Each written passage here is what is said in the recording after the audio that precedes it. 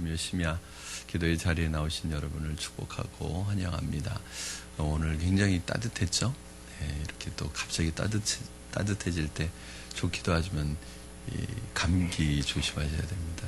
기온 변화가 커서 어쨌든 이렇게 따뜻하게 되니까 우리 마음도 이렇게 열리고 또 겨울에 움츠러들었던 몸처럼 또 우리 신앙적으로 움츠러들었던 부분이 있다면 이 봄의 햇빛처럼 여러분 마음속에 예수 그리스도의 성령의 빛이 임하셔서 신앙적으로 다시 한번 새로워지고 회복되어지고 부흥하는 은혜가 있기를 주님의 이름으로 축원합니다.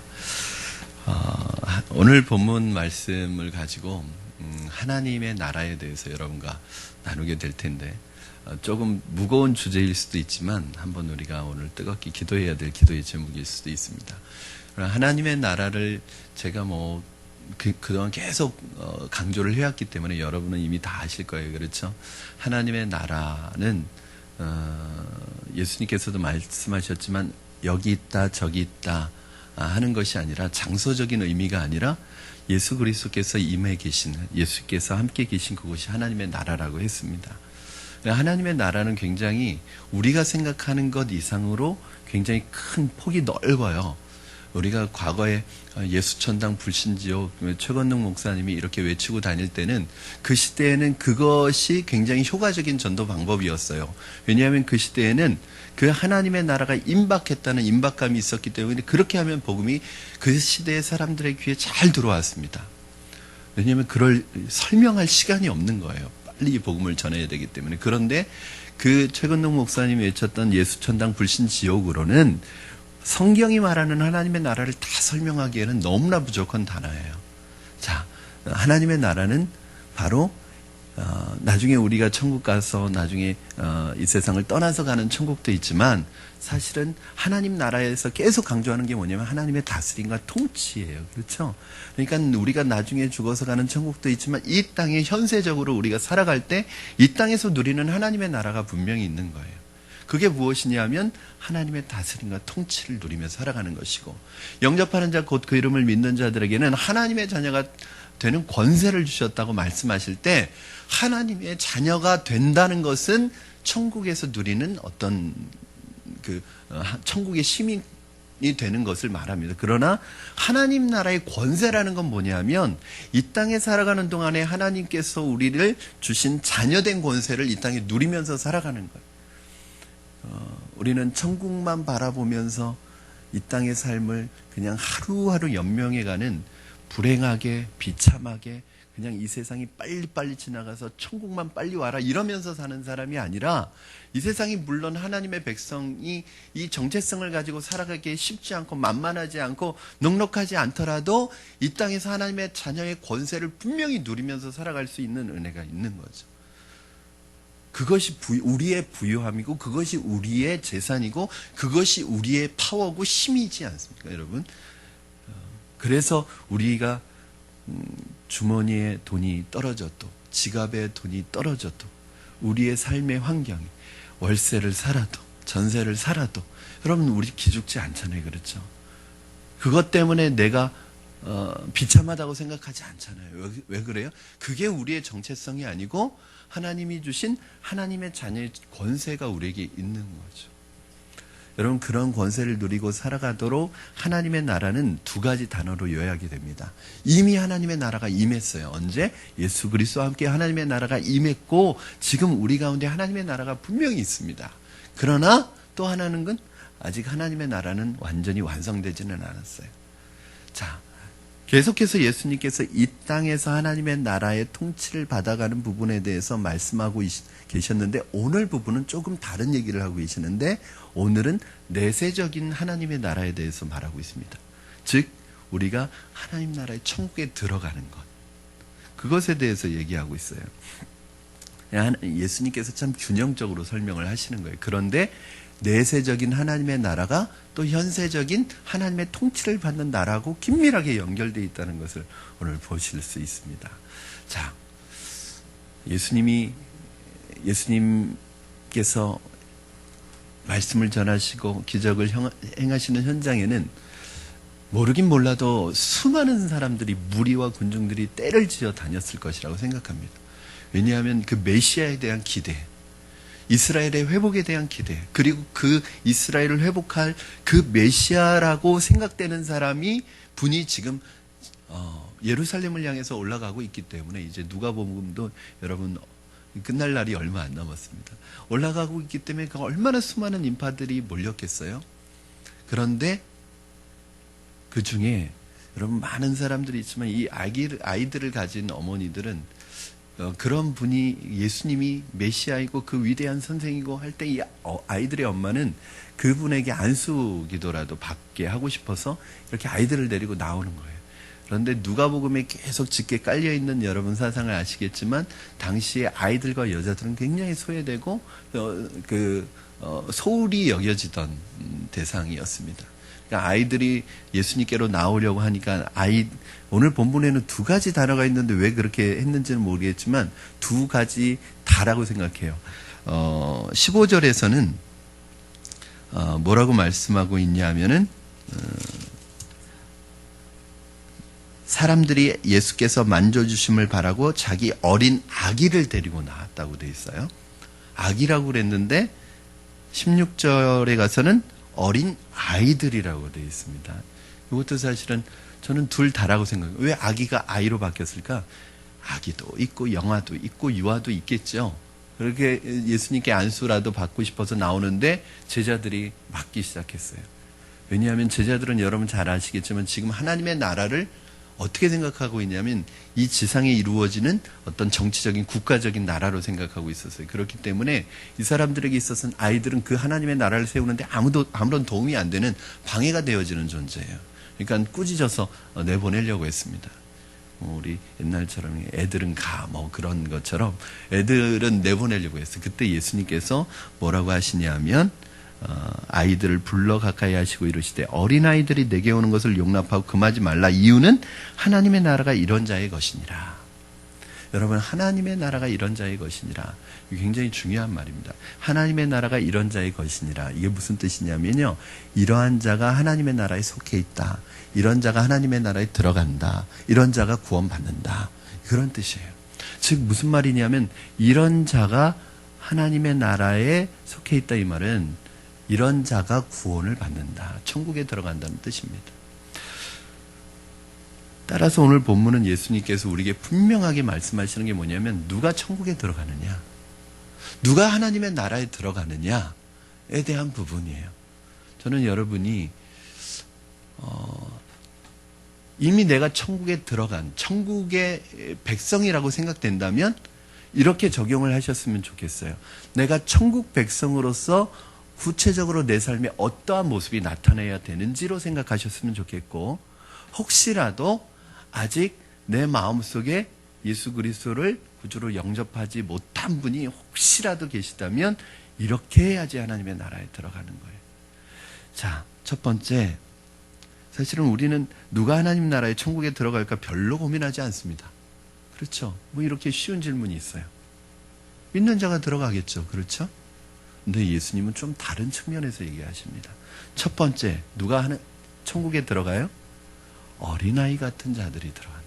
어린아이 같은, 그러니까 잘 이해하셔야 돼요.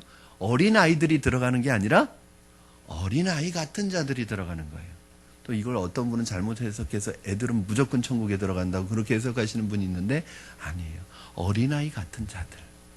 자, 17절 말씀 여러분 같이 한번 읽어볼까요? 17절 시작. 내가 진실로 너에게 이르노니 누구든지 하나님의 나라를 어린아이 같이 받아들이지 않는 자는 결단코 들어가지 못하리라 하시니라. 아멘. 그렇다면 하나님께서 오늘 어린아이 같이 하나님의 나라를 받아들이지 않는 자는 결단코 하나님의 나라에 들어가지 못하리라. 여러분, 굉장히 충격적이지 않습니까? 결단코, never, 이거 뭐냐면 반드시 못 들어간다는 거예요. 이렇지 않으면. 어떻게 하지 않으면 어린아이들의 어떤 행동 때문에 이와 같이 하나님의 나라를 받아들이지 않으면. 이게 이 부분을 해석하는 게 참 어려워요. 하나님의 나라를 어린아이처럼 받아들인다는 게 도대체 무슨 말일까? 이게 천국에 들어가는 키워드인데 아니 도대체 어린아이처럼 하나님의 나라를 받아들인다는 게 무슨 말일까? 그럼 무슨 말일까요? 어린아이처럼 하나님의 나라를 받아들인다는 게 무슨 말일까요? 두 가지가 있더라고요. 첫째는 어린아이들의 철저한 의존성, 순전함, 전심으로 자신의 모든 것을 버리면서 의존하고 의지하는 그게 믿음이. 여러분, 믿음이라는 건 뭐죠? 의지하는 거죠? 믿음이라는 건 뭐죠? 맡기는 거죠? 믿음이라는 게 뭐죠? 기대는 거죠? 이것을 철저하게 가지고 있는 자가 누구냐? 어린아이. 제가 사실은 아이들의 모습을 이제 다른 부분에서는 직접 관찰할 수는 없잖아요. 근데 아직 저희 집안에는 어린아이가 있어요. 호진이도 어린아이는 아닌 것 같아요, 이제는. 10대가 됐습니다. 조금 여기에서 벗어나요. 이제 호진이를 생각하면 벗어나고, 서진이를 보면 하나님의 나라가 이런 자의 것이라는 그 마음이 제 마음속에 아주, 만약에 서진이가 없었으면 이 부분이 묵상이 안 됐을 거예요. 어느 정도로 아버지를 의존하고 의지하느냐면요, 아빠가 안 오면 잠을 안 자요. 제가 사실은 목양실에서 예전엔 밤도 새고 그랬는데 요즘엔 밤을 못 셉니다. 전화가 와요. 빨리 오라고. 아빠가 오기 전까지 잠을 안 자겠다는 거예요. 제가 어느 때는 의도적으로 전화를 안 받습니다. 분명히 서진이 전화인 거 알거든요. 저희 집사람 핸드폰으로 해도. 그러면 저희 집사람한테 다시 교회 전화로 옵니다. 애가 아빠가 오기 전엔 절대 잠을 안 자겠다고 얘기한다고. 그러면 저희 집사람이 들어오라 그러면 안 들어가는데 서진이가 들어오라 그러면. 그래서 제가 요즘에 습관이 집에 일찍 들어갑니다. 그리고 일단 재워놓고 설교 준비를 합니다. 제가 옆에 누우면요, 제 목을 꽉 들어안고 자요. 어디 갈 때도 제 손을 꼭 잡고 가요. 늘 아빠를 의식해요. 전에도 한번 말씀드렸잖아요. 식탁에 올라가서, 지금은 이제 초등학생이 됐기 때문에 식탁에 안 올라가는데, 한 2년 전에는 식탁에 올라가서 얘가 지금도 그런 게 있는데, 겁이 되게 많은 애거든요. 근데 식탁에 올라가서 저하고 식탁의 거리가 한 이 정도가 떨어져 있어요. 그런데 저를 향해서 그냥 몸을 날리는 거예요. 여러분, 대단한 믿음 아닙니까? 제가 안 받아주면 어떡하라고. 근데 이 아이에게 뭐가 있냐면 아빠가 받아줄 거라는 믿음이 있는 거예요.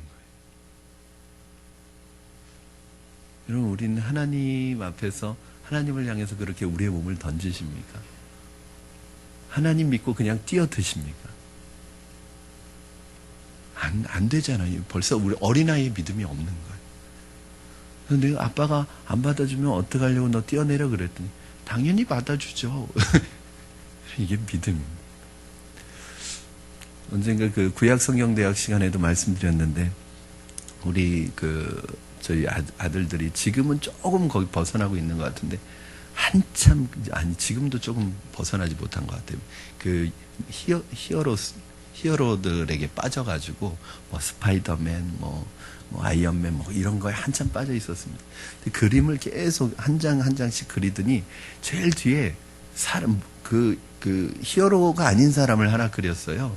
그리고 하나 넘겨도 설명을 하더니, 이 제일 뒤에 있는 사람, 이건 누구냐 그랬더니, 아빠래요.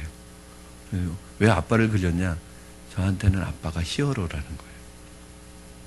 여러분, 이 아이들의 이 아버지에 대한 의존성, 전적으로 믿는 것, 전적으로 아버지만 바라보는 것, 이게 바로 아이들의 믿음이 아닌가 생각이 들어요. 여러분, 아이들에게 있어서 우리는 그렇게 하나님을 의지하는가? 사실 제가 그게 참 안 됐었던 부분. 왜냐하면 어려서부터 저는 제 모든 일을 스스로 해결해야 됐어요. 부모님의 도움을 받기보다는 제가 어려서부터 제가 알아서 결정하고 알아서 선택하고 알아서 해야 되는 상황들이 많았어요. 그러다 보니까 이게 커가면서 습관이 된 거예요. 그래서 나중에 신앙을 고3 때 갖게 돼서 하나님 신앙생활을 하는데 제게 있어서 제일 힘든 게 뭐였냐면 하나님 의지하는 거. 그리고 어떤 결정이 있을 때 하나님께 묻고 기도하고 결정하는 거예요. 이게 안 됐어요. 왜냐하면 저는 지금까지 누구한테 묻고 결정해 본 적이 없거든요. 누굴 의지해서 살아본 적도 없거든요. 그러다 보니까 이 신앙생활 하는데 어렵더라고요. 여러분, 아이들이 막 엄마한테 매달리고 엄마를 붙들고 이럴 때 자꾸 손 탄다고 떼어버리시고 이 습관 된다고 떼어버리시고 그러시지 마십시오. 아이들에게 있어서 그 시기는 철저하게 엄마의 부모님에게 애착을 느끼는 시기고 또 그렇게 해야지 나중에 그 애착감이 부모님과 떨어져 있어도 늘 부모님이 내 곁에 계시다는 느낌을 받는 것. 우리 아이들에게 있는 이 의존성이 바로 이것이 믿음이라는 거예요. 한마디로 말하면 여러분 똑같습니다. 그렇죠? 믿음이에요. 그렇죠? 하나님 나라에 누가 들어가느냐? 결국 믿음이 있는 자가 들어가요. 근데 우리는 믿음을 어떻게 생각해요? 예수님 믿습니다. 영접합니다. 그게 믿음이잖아요. 말로 하는 게. 그러나 하나님이 우리에게 요구하시는 그 믿음으로 하늘나라에 들어간다는 거 할 때 그 믿음은 어떤 거예요? 전적으로 하나님을 의존하는 거예요. 전적으로 하나님을 의지하는 거예요. 주님 없이는 못 사는 거예요. 저희 둘째가 저 없이는 잠도 못 자는 거예요. 저 없이는 어디 갈 때 손을 아빠랑 꼭 가야 된다는 거예요. 아빠랑. 그럼 그게 귀찮아요? 귀찮을까요? 제가 이 녀석 때문에 내가 아무것도 못하겠어. 근데 그게 기분이 좋더라고요. 아이가 저를 그렇게 의지하는 게 기분이 좋더라고요.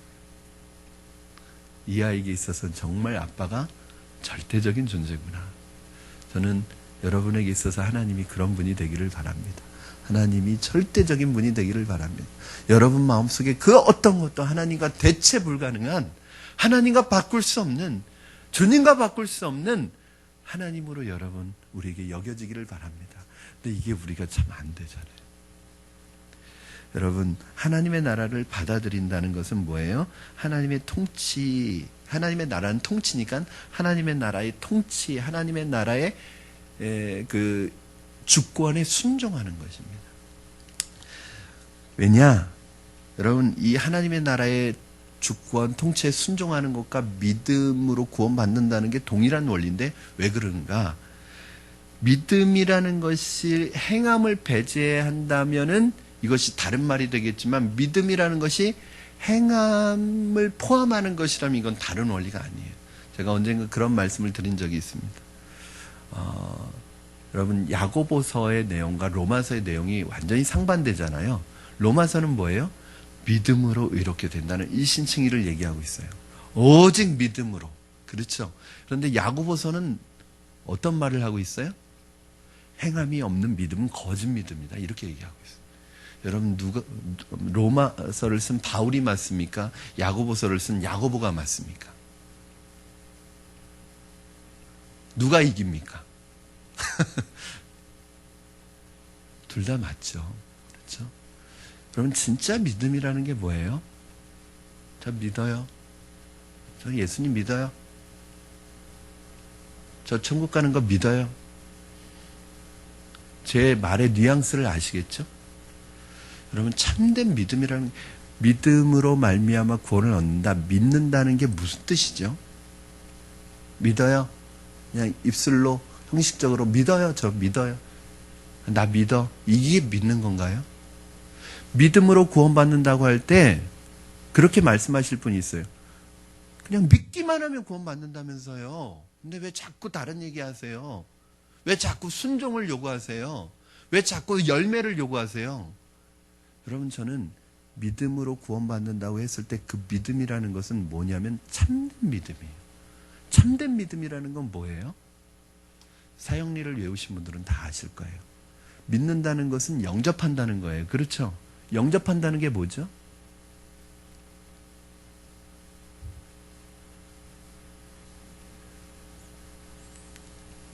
안 시킬게요. 영접한다는 것은 내 중심에서 하나님 중심으로 바뀌는 것이고, 그렇죠? 그 주님이 내게 오셔서 이제 내 인생의 주인이 되어주시는 것, 그 주님으로 받아들이는 것, 내 인생의 모든 문제를 주님께 맡기는 것, 쉽게 말하면 이게 영접하는 거잖아요. 그게 믿는 거예요, 여러분. 그러니까 믿으면 구원을 얻는다고 할 때 그 믿음은 뭐냐면 주님을 내 인생의 주인으로 인정하고 그 주권과 그 통치의 다스림을 받는 것, 이게 믿는 거예요. 이게 믿는 것입니다.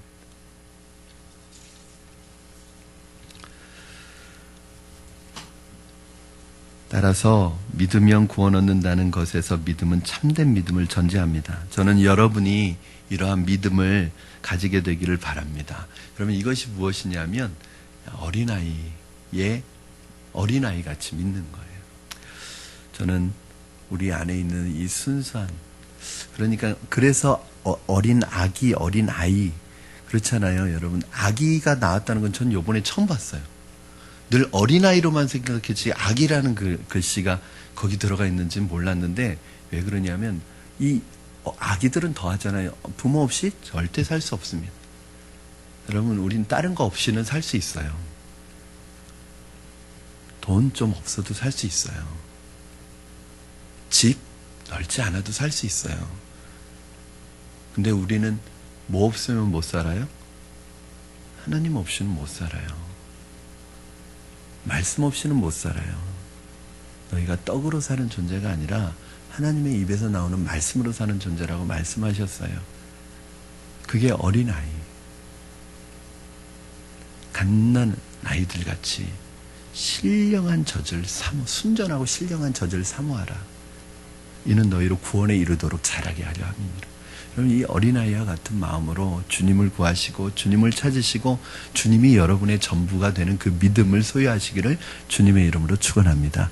이런 자가 하나님의 나라에 들어가고, 하나님의 나라에 들어간 여러분은 이러한 모습이 있어야 돼요. 이 모습을 아이들은 자라가게 되어 있습니다. 그렇죠?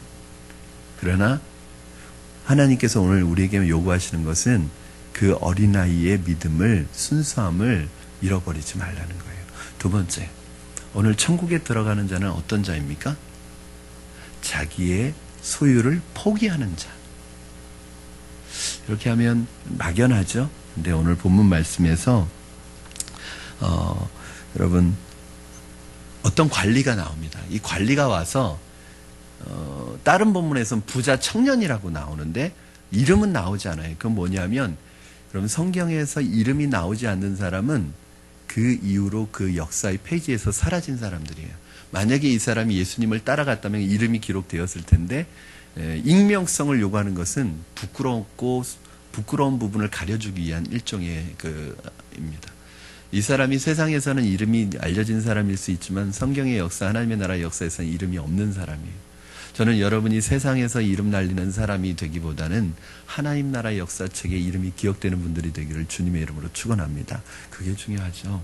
오늘 본문 보시면 어떤 관리가 와서 예수님께 이런 질문을 합니다. 앞에 있는 내용하고 연결되어지는 거예요. 영생을 얻으려면 어떻게 해야 합니까? 이거 무슨 말이에요? 다른 말로 하면 천국에 들어가려면 어떻게 해야 됩니까? 구원받으려면 어떻게 해야 됩니까? 똑같은 말이에요. 여러분, 그때 예수님께서 뭐라고 말씀하시죠? 20절 말씀 한번 여러분 같이 읽겠습니다. 20절 시작. 내가 계명을 안 하니 간음하지 말라, 살인하지 말라, 도둑질하지 말라, 거짓 증언하지 말라, 내 부모를 공경하라 하였느니라. 21절 여짜오되 이것은 내가 어려서부터 다 지키었나이다. 여러분, 20절 21절에서 좀 뭐 이상한 거 발견 못 하셨습니까?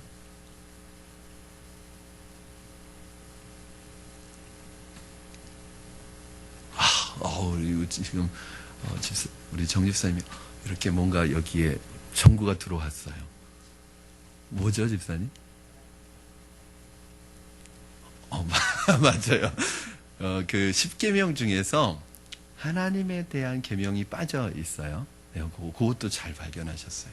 근데 예수님이 의도적으로 인간에 대한 계명만 말씀하신 것 같아요, 여기에서는. 그런데 이상한 거 뭐 없습니까? 인간에 대한 계명이 몇 개죠? 6개죠? 근데 몇 개 있어요? 지금? 5개밖에 없죠? 뭐가 빠졌죠?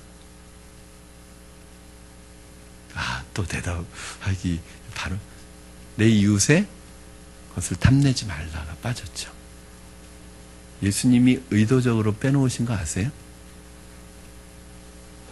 이 말씀하시려고. 자, 이 5가지를 얘기했더니 이 부자 간원이 뭐라고 하냐면 그거 제가 다 지켰습니다 그래요. 그런데 예수님이 그렇게 말해요. 네가 한 가지 부족한 것이 있다.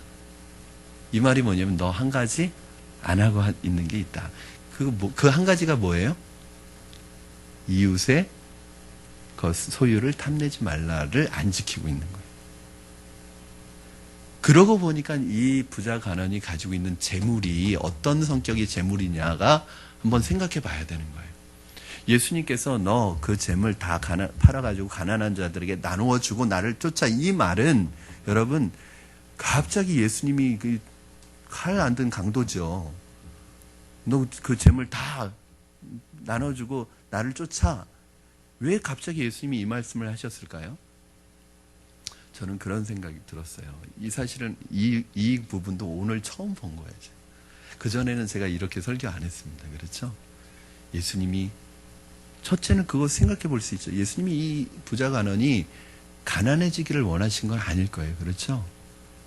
왜냐하면 예전 설교대로 그대로 해보겠습니다. 자, 왜냐하면 이 부자 간원은 어떤 사람이에요? 부자 관원이라는 것은 종교적으로도 높은 위치에 있었던 사람이고 사회적으로도 높은 위치에 있었던 사람이고 거기에다 돈까지 많아요. 거기에다 율법까지 다 지키고 있어요. 거기에다가 뭐만 있으면 돼요? 영생만 얻으면 금상첨화예요. 여러분 이런 신랑감이 어디 있습니까? 그렇죠? 여러분 이 사람에게 있어서는 이 사람이 얻으려고 하는 영생이 목적이 아니라 자기가 소유하고 싶은 것 중에 하나예요. 다른 거 다 갖췄으니까 이제 영생만 얻으면 나는 다 갖춘다. 영생이 이 사람에게는 유일하게 얻어야 될, 자신이 유일하게 모든 것을 다 버려서라도 얻어야 될 것이 아니라 이 사람에게 있어서 영생은 자기가 가지고 있는 소유 중에 하나예요. 그러니까 이 사람이 천국에 못 들어가는 거예요.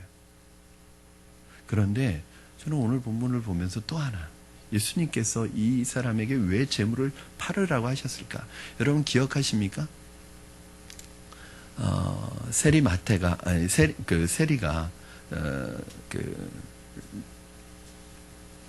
회개했을 때, 세리였던 삭개오가 회개했을 때 뭐라고 얘기하죠? 자신의 회개를? 내가 토색한 것이 있으면 4배나 갚겠습니다. 내가 내 물질을 팔아서 가난한 사람들에게 주겠습니다. 이게 뭐냐면 그 세리로서 다른 사람의 물질을 불법적으로나 아니면 힘으로 모아들였던 거 다 풀겠다는 거거든요. 아마 저는 똑같은 것을 이 관원에게 요구하셨을 것이라고 생각해요. 그런데 이 관원은 자기가 얻으려는 영생이 자기의 모든 그동안 쌓아왔던 이 물질을 포기하면서까지 얻을 만한 가치가 있다고 생각하지 않았던 것 같아요. 만약에 영생이 그 정도의 가치가 이 사람에게 있었으면 바로 그 자리에서 이 삭개오처럼 자기의 모든 물질을 풀어서라도 예수님을 따르는 사람이 되었을 것입니다. 사랑하는 여러분, 누가 내세의 궁극적인 구원을 받게 되는가? 자, 29절, 30절 말씀 우리 같이 한번 읽겠습니다. 29절, 30절 시작.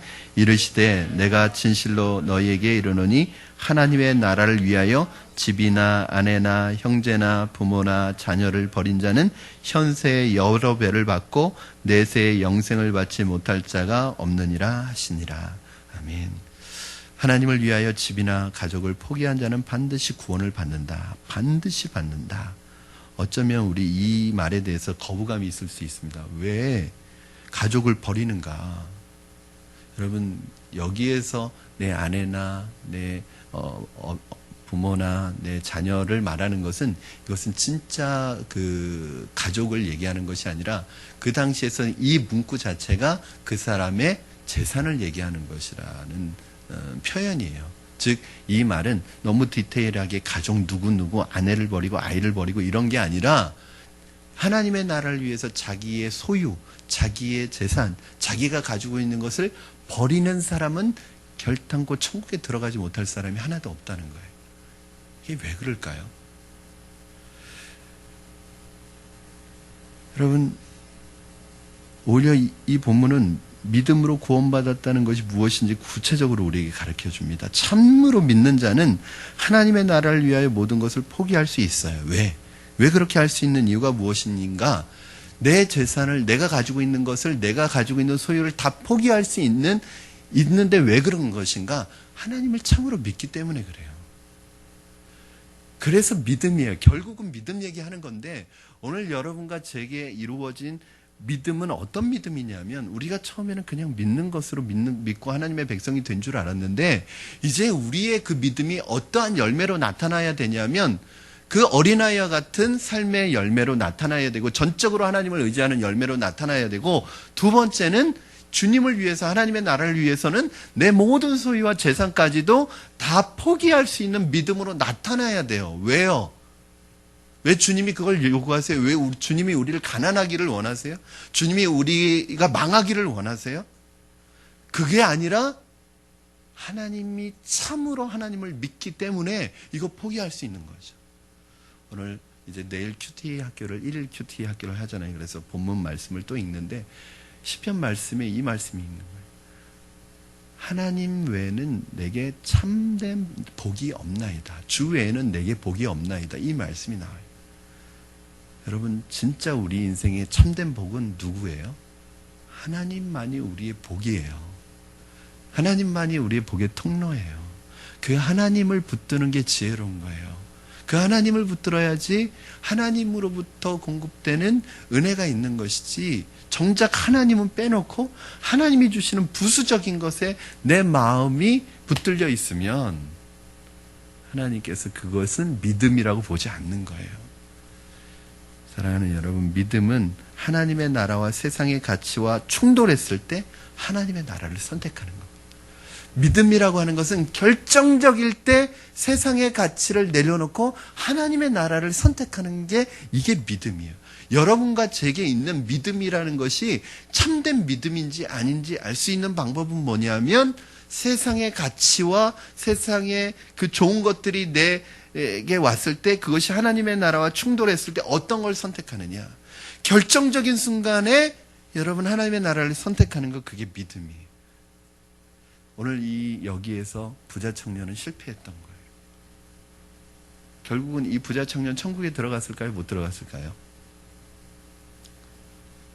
그걸 어떻게 알아요? 그러실 수 있겠지만 문맥으로 보면 못 들어간 거죠. 왜냐하면 그 뒤에 예수님께서 어떤 말씀을 하세요? 자, 우리 한번 말씀 보시겠습니다. 24절, 25절 말씀 같이 읽겠습니다. 예수께서 그를 보시고 이르시되 재물이 있는 자는 하나님의 나라에 들어가기가 얼마나 어려운지 낙타가 바늘기로 들어가는 것이 부자가 하나님의 나라에 들어가는 것보다 쉬우니라 하시니. 여러분, 이 말씀은 부자가 구원받는 것이 그만큼 어렵다는 얘기지 부자가 구원받는 것이 불가능하다는 얘기는 아니에요. 자, 낙타가 바늘기로 들어가는 게 가능해요? 불가능해요? 불가능하죠. 그런데 예수님이 뭐라고 그러세요? 부자가 천국 들어가는 게 이것보다 더 어렵대요. 그러면 그건 무슨 말이에요? 부자가 천국 들어갈 수 없다는 말처럼 들리잖아요. 그게 아니라 이건 좀 과장법이에요. 그만큼 어렵다는 거예요. 왜 그렇죠? 부자는, 재물이 많은 자는 주님이 주인이 되시는 것이 아니라 돈이 주인이 될 확률이 높기 때문에 그래요. 그렇게 되기가 쉽기 때문에 그래요.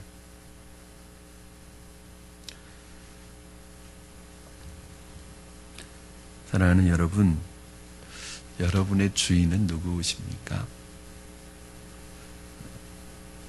돈이, 내가 가지고 있는 재물이 아니면 내 환경이나 어떤 상황이 내 마음을 주장하고 계십니까? 아니면 어떠한 상황과 환경 속에서도 우리 아까 전도사님과 함께 불렀던 내 감정과 상관없이 주님이 나의 주인이십니까? 제자들의 반응이 재밌습니다. 제자들이 뭐라고 하죠? 26절 같이 읽겠습니다. 시작. 듣는 자들이 이르되 그런즉 누가 구원을 얻을 수 있나이까? 이게 무슨 말이에요? 제가 좀 의역해 볼게요. 쉽게 풀어 볼게요. 그럼 주님, 하나님의 물질적인 복을 받은 부자들이 구원을 못 받는다면, 못 받는다고 한다면 이 세상에 구원받을 사람이 있어요? 그런 말이에요. 무슨 말이냐면 당시에 부자라는 것은 유대인들은 다 어떻게 생각했어요? 100% 하나님의 복이라고 생각했어요. 자, 부자들은 하나님의 복을 받은 사람들이에요. 그러면 구원에 가까울까요? 뭘까요? 가깝다고 생각했겠죠? 그러니까 부자라는 것 이퀄 하나님의 복, 이퀄 구원, 이렇게 등식을 가지고 있었던 거예요. 즉 부자들은 100% 천국에 들어간다고 생각하고 있었던 거예요. 그런데 예수님은 그걸 뒤집어서 부자가 천국에 들어가기가 어렵다고 얘기하니까 제자들이 깜짝 놀라는 거예요. 그럼 누가 도대체 천국에 들어갈 수 있습니까? 이렇게 얘기하는 거예요. 사랑하는 여러분, 물질적인 복과 구원이 같은 것이 아님을 말씀하고 계세요. 이게 무슨 말이냐면 물질적인 복이 반드시 하나님의 복은 아니라는 거예요. 여러분, 그러면 가난이 반드시 저주도 아니라는 거예요. 그런데 우리는 지금도 제자들과 똑같은 생각을 하고 있어요. 뭐냐면 물질적으로 부자가 되면은 하나님의 복을 받았다고 생각해. 물론 복일 수도 있죠. 그런데 가난하다고 생각하면 내가 하나님께 영광이 안 되고 있다고 생각해요. 여러분, 가난한 게 하나님의 영광이 안 되는 게 아닙니다. 가난한 거 부끄러운 것도 아니고, 돈이 없는 거 부끄러운 것도 아니고, 진짜 부끄러운 건 믿음이 없는 게 부끄러운 거죠. 그렇지 않습니까?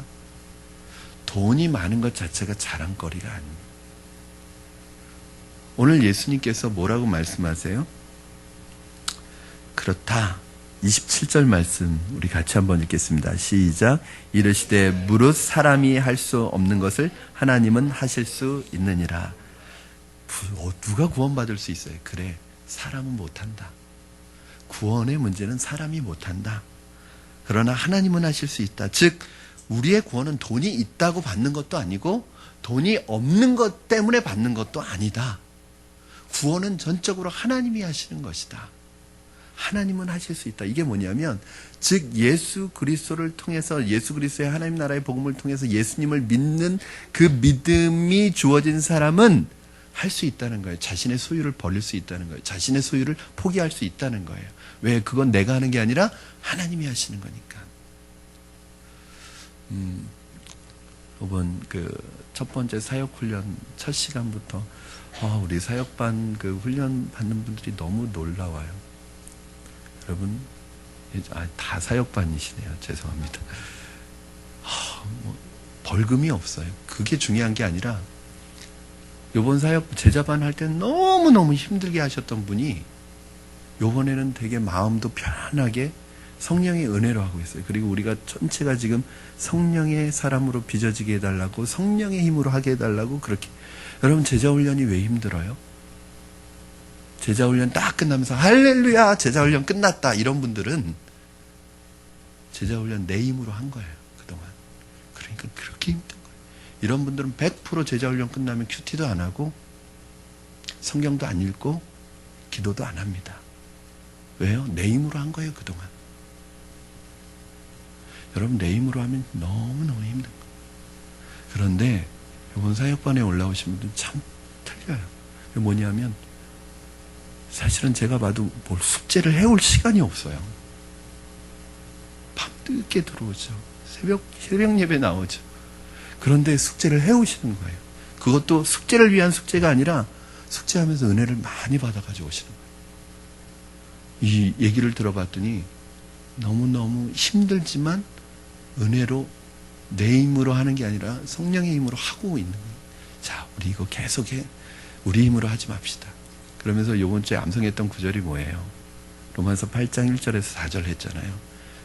이제 그리스도 예수 안에 있는 자에게는 결코 정죄함이 없나니 이는 그리스도 예수 안에 있는 생명의 성령의 법이 죄와 사망의 법에서 너를 해방하였습니다. 율법이 육신으로 말미암아 연약하여 할 수 없는 그것을 하나님은 하시나니 곧 죄로 말미암아 자기 아들을 죄 있는 육신의 모양으로 보내어 육신의 죄를 정하사 육신을 따르지 않고 그 영을 따라 행하는 우리에게 율법의 요구가 이루어지게 하려 하심이니라.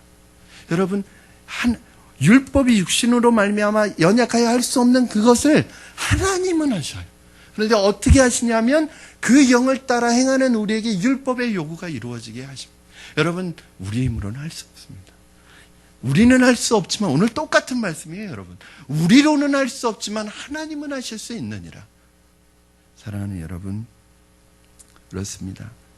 인간으로서는 할 수 없지만 하나님은 하실 수 있습니다. 우리의 구원은 단순히 천국 입장 티켓이 아니라 사람을 변화시키는 하나님의 능력의 구원을 뜻하는 것입니다. 예수 그리스도를 진심으로 믿으면 부자라고 하더라도 모든 것을 버리고 예수를 따르게 됩니다. 예수님을 믿는 자가 하나님의 나라를 위해 자신의 소중한 것을 포기하는 것은 하나님의 나라에서 너무나 당연한 거예요. 그건 이상한 게 아니에요. 충분히 할 수 있어요. 여러분, 내가 예수님을 진정으로 하나님으로 하나님의 아들로 믿는다면, 그분이 나를 위해 죽으셨다면, 그것을 믿는다면 돈이 아니라 그보다 더한 것도 포기할 수 있죠. 그래서 믿음은 순종으로 나타나는 것입니다. 제자들은 이 세상과 하나님의 나라를 동시에 섬길 수 없습니다. 이 세상의 재물과 소유를 버리고 주를 따른 자들은 훗날 영광뿐 아니라 이 세상에서도 이미 하나님의 나라를 누리고 있는 거예요. 오늘 뭐라고 말씀하세요? 이르시되 내가 진실로 진실로 너에게 이르노니 하나님의 나라를 위하여 집이나 아내나 형제나 부모나 자녀를 버린 자는, 내 소유를 버린 자는, 내 세상의 가치를 버린 자는 현세에서도 여러 배를 받고 내세의 영생을 얻지 못할 자가 없느니라. 즉 내세에서 천국에 들어가지 못할 자가 없는 것은 당연하고, 현세에서도 뭘 받아요? 현세에서도 여러 배를 받는다는 거예요. 이게 뭐예요? 여러분, 내가 주님을 위해서 세상의 가치와 세상의 재물을 주를 위해서 포기한다면 현세에서도 하나님의 나라를 누리게 된다는 거예요. 이 영생을 나중에도 누리지만 지금도 누리게 된다는 거예요. 말씀을 정리합니다. 사랑하는 여러분, 더 많은 것을 누리려고 세상적인 것을 포기하는 것이 아니라 하나님의 나라를 누리기 위해서 세상의 가치를 포기할 수 있기를 바랍니다.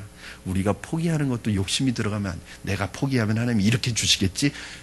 그런 건 결과적인 거고, 더 많은 걸 누리려고 포기하지 마시고 하나님의 나라를 누리기 위해서 포기한다면 하나님께서 여러분 이 땅에서도 영생을 누리고 하나님의 나라를 누리는 은혜와 축복을 허락하여 주실 줄로 믿습니다. 우리 이 시간에 함께 찬양하실 때 저는